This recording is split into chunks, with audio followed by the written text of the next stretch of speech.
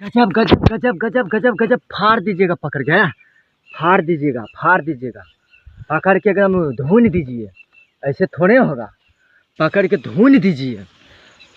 Bihar police, Bihar दरोगा, पकड़ के फाड़ दीजिए। सिसोदिया वंश के सबसे प्रतापी राजा कौन था? ऑप्शन है राणा कुंभा, महाराणा प्रताप। बताइए, और हम ऐसे हो जाएंगे। सिसोदिया वंश के सबसे प्रतापी राजा कौन था? महाराणा प्रताप है। ठीक है, आगे बढ़ते हैं। अकबर से ना महाराणा प्रताप के बीच होने वाला युद्ध कौन है? हल्दी घाटी का युद्ध है। ठीक है जी, कोई वो करता है साला? नहीं, कोई नहीं आता। अकबर की सेना और महाराणा प्रताप के बीच होने वाला युद्ध कौन है? हल्दी घाटी का युद्ध। अकबर की सेना महाराणा प्रताप के बीच होने वाला युद्ध है हल्दी घाटी का युद्ध। और बोल देंगे, 3-4 बार बोल देंगे। सोलंकी वंश के राजधानी अनिलवाड़। सोलंकी वंश के राजधानी अनिलवाड़। मैंने अनिलवाड़। सोलंकी वंश के राजधानी अनिलवाड़। किसके विषय में 4 अश्वमेध यज्ञ संपादन करने का वर्णन मिलता है? इसमें साला गलत लगता है। अश्वमेध यज्ञ संपादन करने का वर्णन मिलता है, प्रवर्सन प्रथम दिया है। ऑप्शन में है समुद्रगुप्त, लगता है समुद्रगुप्त, लेकिन क्या करें। किसके विषय में 4 अश्वमेध यज्ञ संपादन करने का वर्णन मिलता है? प्रवर्सन प्रथम दिया है। देखिएगा आप भी, थोड़ा सा ऐसे हो जाए। कलचुरी वंश का सर्वाधिक शक्तिशाली शासक कौन है? लक्ष्मीकर्ण है। कलचुरी वंश का सर्वाधिक शक्तिशाली शासक कौन है? लक्ष्मीकर्ण। हे लक्ष्मी मैया जी। कलचुरी वंश का सर्वाधिक शक्तिशाली शासक कौन है? लक्ष्मीकर्ण है। कलचुरी वंश का सर्वाधिक शक्तिशाली शासक कौन है? लक्ष्मीकर्ण, लक्ष्मीकर्ण, लक्ष्मीकर्ण। कलचुरी वंश का सर्वाधिक शक्तिशाली शासक कौन है? लक्ष्मीकर्ण। कलचुरी कलचुरी कलचुरी। राठौर वंश का संस्थापक कौन है? यशो बिगड़ा।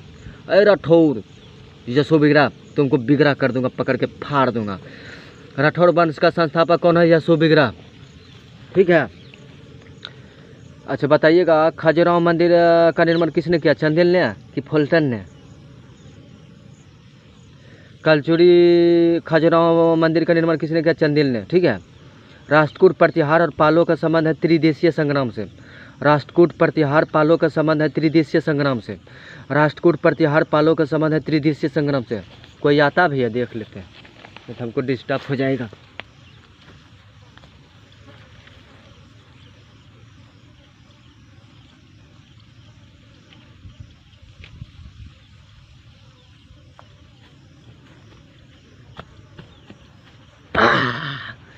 हाँ, देखिए, रुके रुके रुके रुके, पकड़ के चीर देंगे।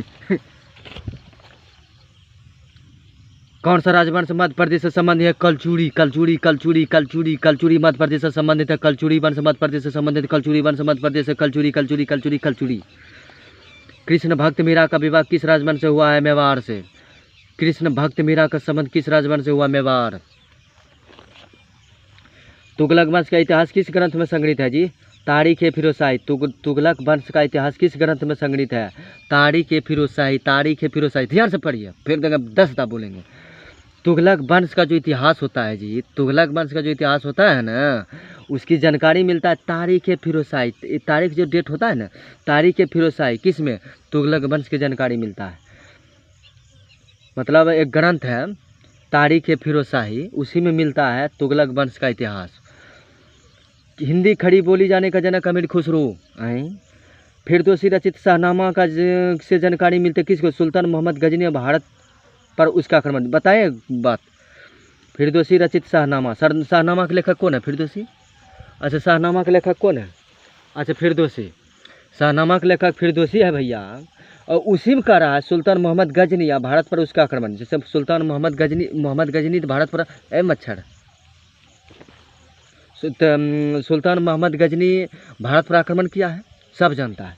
इसकी जो जानकारी मिलता है आपको शाहनामा में, जिसका लेखक है फिरदौसी। शाहनामा में सुल्तान मोहम्मद गजनी की जानकारी, भारत पर भी आक्रमण किया है मोहम्मद गजनी, इसकी जानकारी फिरदौसी में मिलता है। अब शाहनामा में मिलता है। शाहनामा के लेखक फिरदौसी है। अरबों का आक्रमण सिंध के इतिहास की जानकारी के मुख्य स्रोत के चचनामा। अरब जैसे आक्रमण किया भारत पर 712 ईस्वी में, कि सिंध वाला अरबों का आक्रमण सिंध के इतिहास, ये सब को जो जानकारी मिलता है चचनामा में। चाचा जी, चचनामा। अरबों का आक्रमण और सिंध के इतिहास की जानकारी मिलता है चचनामा में। अच्छा, सुबुक्तगीन एवं मोहम्मद गजनी के शासन के विशेष जानकारी मिलती है। सुबुक्तगीन और मोहम्मद गजनी के शासन उधर से फिरदौसी में मिला है, शाहनामा में मोहम्मद गजनी की जानकारी। ऐसा ला फेर दे दिया है। सुबुक्तगीन एवं मोहम्मद गजनी के शासन की विशद जानकारी मिलता है किताब उल यामनी में। सुबुक्तगीन एवं मोहम्मद गजनी के शासन की विशद जानकारी मिलती है किताब उल यामनी में। सुबुक्तगीन एवं मोहम्मद गजनी के शासन की विशद जानकारी मिलती है किताब उल यामनी, किताबाज होता है ना, उसी में मिलता है सुबुक्तगीन एवं मोहम्मद गजनी की जानकारी। और ऐसे हो जाएंगे तो झपा जाएंगे। किसने दिल्ली के 8 सुल्तानों का शासन देखा है? अमीर खुसरो। दिल्ली के 8 सुल्तानों का शासन देखा है अमीर खुसरो, ऐसे टुकुर टुकुर बैठ के देखा था।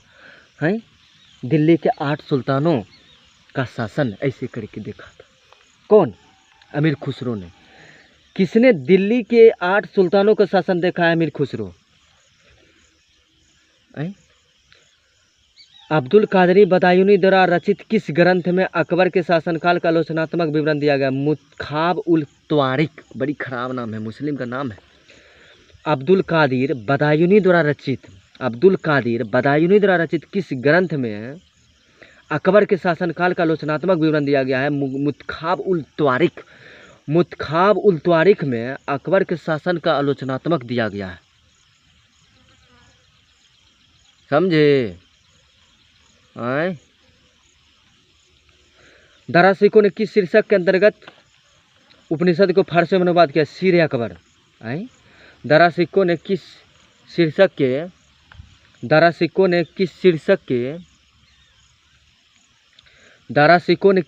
के अंतर्गत उपनिषद का फारसी में अनुवाद किया है? मैं बोल रहा है क्वेश्चन, दारासिको ने किस शीर्षक के अंतर्गत उपनिषद के फारसी में अनुवाद किया? सीर अकबर नाम है। जो मतलब क्वेश्चन है, दारासिको ने किस शीर्षक के अंतर्गत उपनिषद के फारसी में अनुवाद किया है? जैसे उपनिषद को फारसी में अनुवाद किया दारासिको ने, कौन शीर्षक के अंतर्गत? सीर अकबर के शीर्षक के अंतर्गत। कौन? दारासिको। किसको? उपनिषद को फारसी में अनुवाद किया। उपनिषद को फारसी में अनुवाद किया है दारासिको ने। किस शीर्षक के अंतर्गत? सीर अकबर के शीर्षक के अंतर्गत दारासिको ने उपनिषद को फारसी में अनुवाद किया। अब जाते हैं, कल मिलेंगे। आज शुरुआत है, कल से गर्दा उड़ाने की कोशिश करेंगे, टेंशन मत लीजिए। नमस्ते भैया, नमस्ते।